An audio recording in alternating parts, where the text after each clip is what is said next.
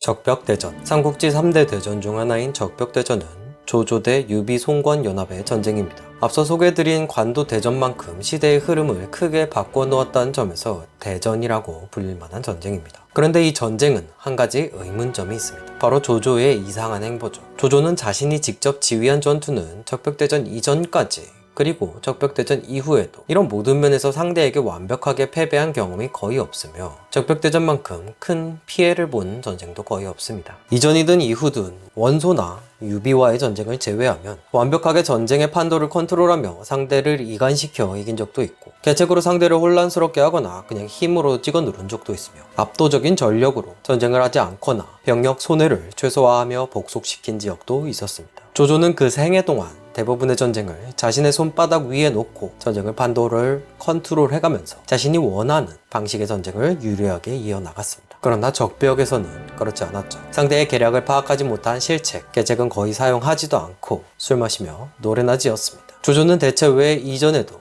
이후에도 없었던 그런 크나큰 실책을 범해서 천하통일의 기회를 날려버렸을까요? 역사 꼰대.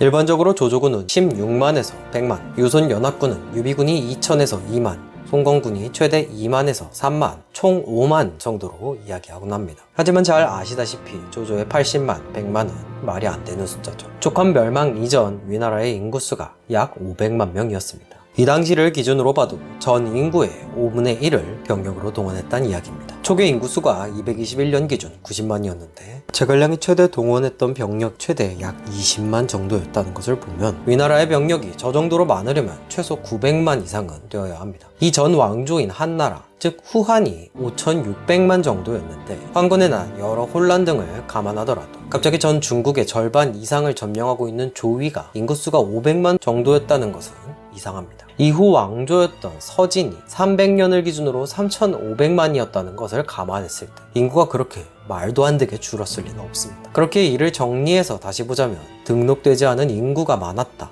또는 점령한 지역이 우리가 현대에 생각하는 것처럼 엄청나게 넓지는 않았다 정도로 추측해 볼 수 있습니다. 그래서 다시 정리하면 인구가 생각보다 많지 않았고 가용할 수 있는 병력을 생각해보면 북쪽의 이민족, 마초 한수, 고구려 등 여러 변방의 국가의 침공을 방어할 만한 병력, 통치 지역의 반란을 진압할 기본 병력 등을 제외하면 실제로 적벽대전에 가용할 수 있는 병력은 현대의 생각보다도 굉장히 적었을 것입니다. 즉 촉한 합병 전이 500만도 안 됐는데 조조의 적벽대전 당시에는 이것보다 적은 인구수였을 확률이 높죠. 이는 조조가 점령한 하북, 중원 등의 대부분 지역은 전란으로 혼란스럽고 황폐화된 곳이 많았기 때문일 겁니다. 이 당시 어느 정도 복구를 했다고 하더라도 완벽하게 복구를 하진 못했을 겁니다. 바로 원소와의 전쟁 그리고 원씨 아들들과의 전쟁이 남아있었기 때문이죠. 관도대전을 이겼다고 해서 원소는 완전히 멸망하진 않았습니다. 그저 적벽에서 유손연합이 조조를 이겼을 때처럼 원소도 그냥 자존심의 스크래치 정도 난 수준이었죠. 그러나 원소는 그 해 사망하고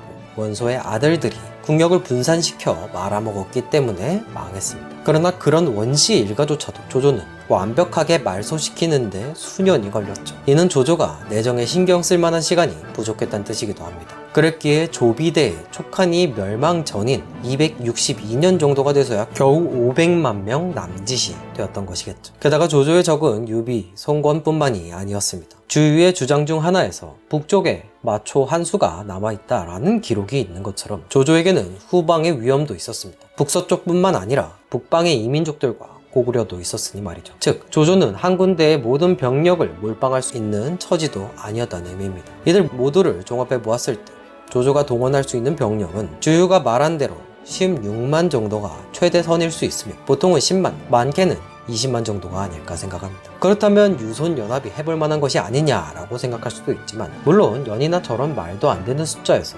10몇만 정도로 내려온 건 당연히 해볼 만한 정도입니다. 그러나 10만으로 잡고 유손연합군을 최대로 생각해도 2배입니다. 기본적으로 쉽게 볼 병력이 아닌 것이죠. 게다가 그 조조이기 때문에 더욱 긴장했을 겁니다. 그렇다면 이 정도 병력 차에 조조의 용병술 정도면 간단히 이겼어야 하는 게 아니냐라고 생각할 수 있지만 그렇게 간단한 문제가 아니었습니다. 조조는 그 당시 형주 중 유비와 송건의 강하 코딱지만큼을 제외한 대부분을 가지고 있었습니다. 형주의 지배자였던 유표의 아들인 유종이 조조에게 덜렁 항복했기 때문이었죠. 그 당시 유표의 장남이었던 유기와 힘을 합치고 있던 유비였기에 강하의 일부 정도는 유지하고 있었던 것이고요. 여튼 조조는 형주의 대부분을 수중에 넣었지만 아직 형주를 온전히 복속시키지 못했고 치안을 안정시켜야 하는 시기였습니다. 이는 가후의 진언에도 잘 나오죠. 그러나 조조는 유비와 손건을 복속시킬 계획을 세웁니다. 조조의 생각은 비록 유표의 세력의 인재들과 백성 등 10만여 명은 유비에게 넘어갔지만 채모, 장용 같은 수군을 운용할 장수와 수군이 남아있었고 채씨, 괴씨 같은 형주 호족들도 우호적인 스탠스를 취하고 있었습니다. 게다가 형주를 공격하러 온 병사들이 싸움 한번 하지 않고 형주를 얻었으니 병사의 손실이 전혀 없었고 형주를 공격할 병력으로 유손연합을 공격한다는 생각이었습니다. 이 당시 조조는 이런 마인드로 유비와 송건을 압박했고 형주의 유종에 의해서 볼 수 있듯이 항복할 가능성도 있기에 편지를 보내면서 항복을 종용합니다. 조조의 입장에서는 자신의 군대의 양과 질이 모두 우세하니 형주 때처럼 항복하면 좋고 아니어도 힘으로 찍어 누르겠다는 마인드였을 겁니다. 그러나 조조는 간과한 사실이 꽤나 있었죠.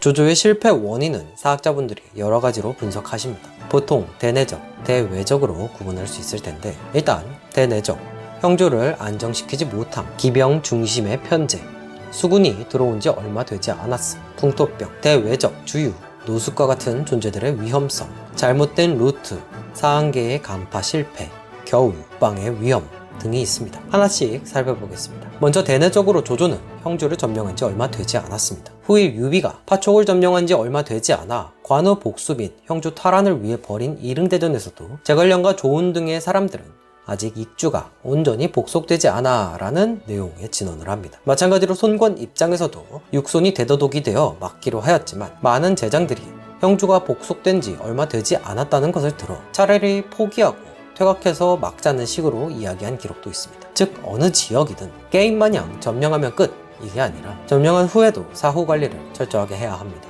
더욱이 익주를 점령한 촉과 형주를 점령한 오는 기간도 조조가 형주를 점령했을 때보다 길었음에도 불구하고 이런 이야기가 나왔습니다. 하물며 조조는 어땠을까요? 고작 점령한 지 몇 달도 채 안 되는 곳에서 아무리 항복해서 받아냈다고 해도 장수 때처럼 반란을 하지 않는다는 확신도 없습니다. 당장 유비군에도 유표의 장남 유기가 있었고 유표의 대부분의 인재들도 유비에게 붙었던 상태였으니까요. 그렇기에 가후의 말처럼 형주를 진수하고 유비와 송건이 진출하지 못하도록만 견제하다가 후일 천천히 도모해도 늦지 않았을지도 모릅니다. 다음은 병력 편제입니다. 조조군의 기본은 기병입니다. 북방의 강력한 기마민족, 질 좋은 말과 훈련이 잘 되어 있는 기병들은 조조군의 큰 강점이었습니다. 그러나 바다 같은 강을 건너 싸워야 하는 장강의 라인 입장에서는 기병이고 뭐고 없었습니다. 그렇게 마치 임진왜란의 일본군처럼 빠른 배로 신속하게 도하해서 백병전을 치르는 게 가장 좋은 정투 방법이었을 겁니다. 그러나 임진왜란은 1592년이고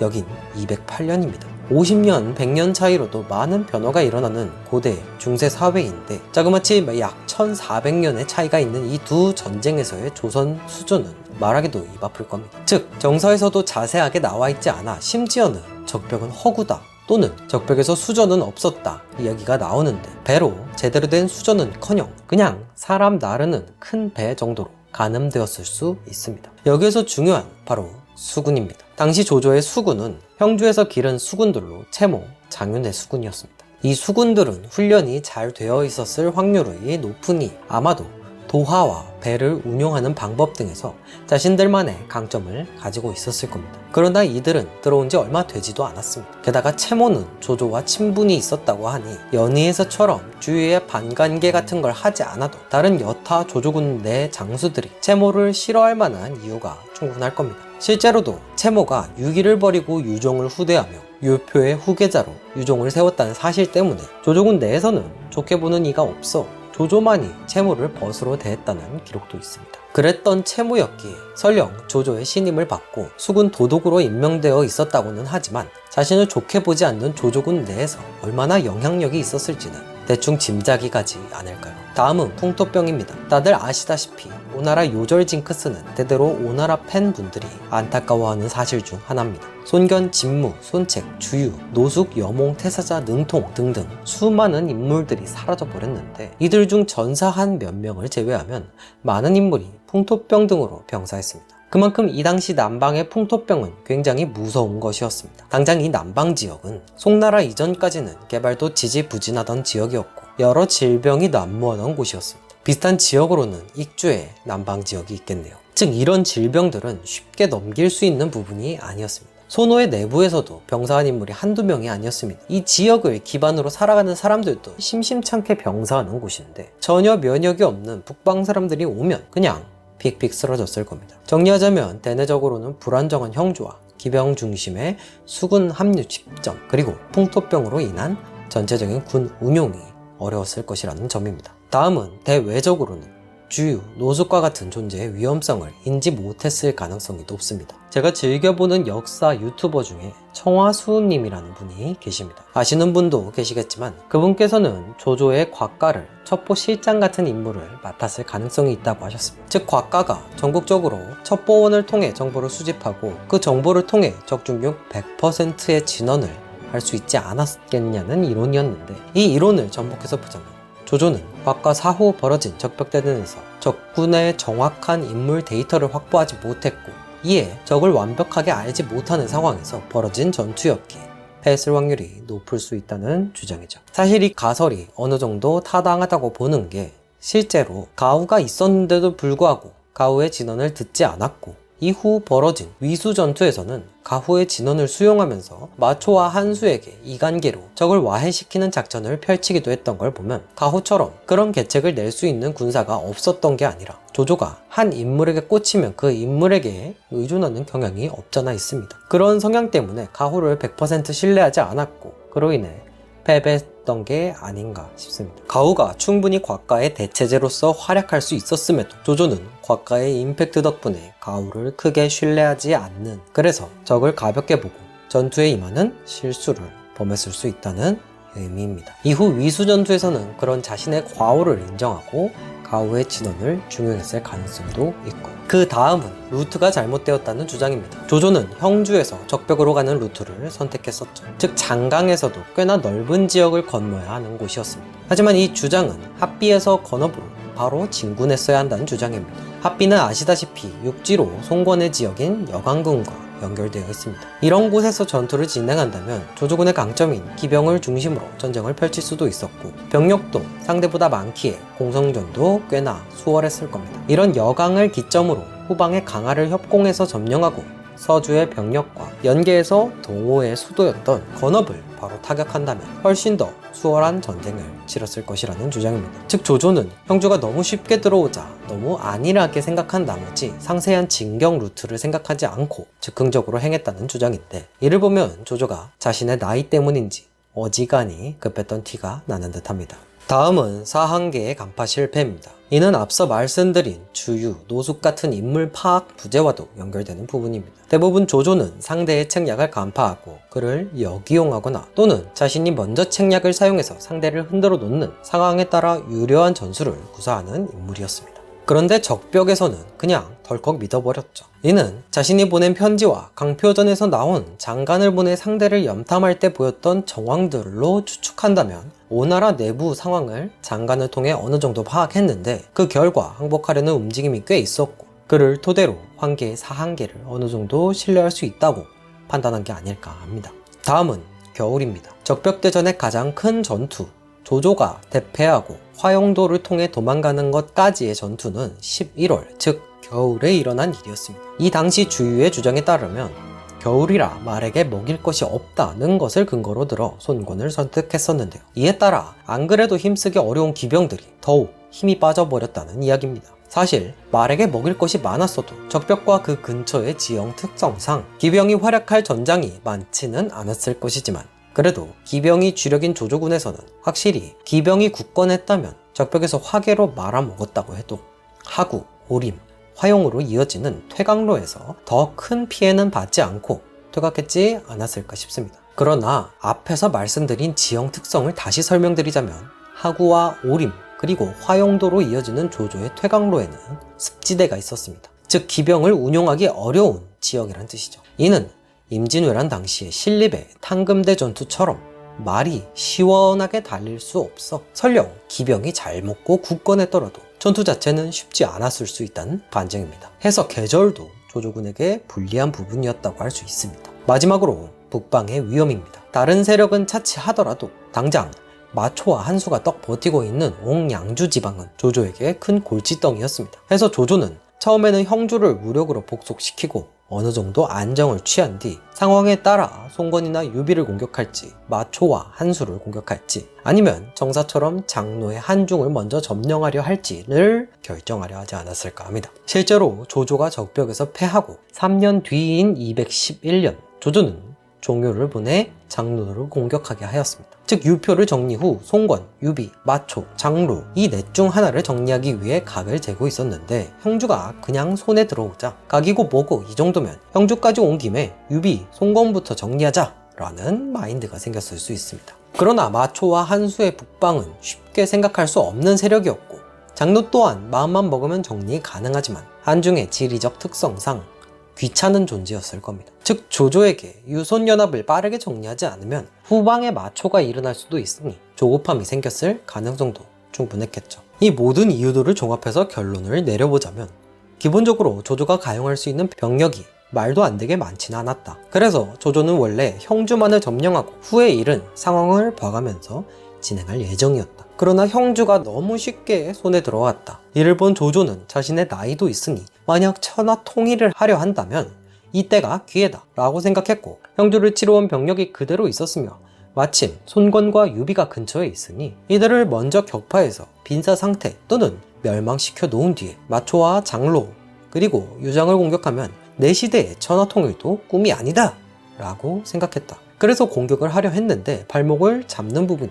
많았다. 상대에 대한 정보도 완벽하게 통제하지 못했고 날씨도 추웠기에 마르게 줄 먹이도 부족했으며 풍토병이 돌고 형주도 관리해야 하며 후방에 마초도 신경 써야 했다. 그래서 빠르게 전쟁을 치르기로 결심했고 정확한 분석을 통한 진격이 아닌 조조군의 주력군이 기병이 활약하기 힘든 습지대로 진격하게 되었다. 또한 유손연합이 그렇게까지 위협적이진 않을 거라 생각해서 전쟁을 시작했다. 그러나 대패. 하지만 병력면에서 우세했던 만큼 하구, 오림, 화영도에서 적절한 대응을 했으면 쉽게 퇴각 가능. 그러나 이미 붕괴된 지휘체계와 기병이 활약하기 힘든 지형 조건으로 인해 지속적인 참패로 맞으면서 퇴각. 조인과 일부 병력을 강릉에 남겨두고 퇴각. 이 정도로 정리할 수 있지 않을까 합니다. 조조는 명실상부한 당대 최고의 군재를 가진 인물이자 지휘관이었습니다. 비록 적벽에서 대패를 하긴 했어도 이전에도 이후에도 조조에게 이 정도 대패는 한중 공방전 정도일만 하지만 한중 공방전은 병력 규모가 상세하게 나와 있지 않아 대패인지 그냥 패배인지 확실하게 알 수 없습니다. 즉 병력과 여러 굴욕적인 스탠스 방면에서도 철저하게 패배한 적벽 전투는 조조에게 있어 일생일대의 굴욕이지 않았을까요? 그 뒤 돗자리 장수였던 유비에게 진 게 더 억울하고 굴욕적이었을 수도 있겠지만요. 오늘은 삼국지 3대 대전 시리즈 그 2편 적벽대전을 살펴보았습니다. 항상 부족한 영상 시청해주시고 많은 관심 가져주셔서 감사드립니다. 앞으로 더 좋은 영상으로 보답드리겠습니다. 감사합니다. 꼰대였습니다. Yo te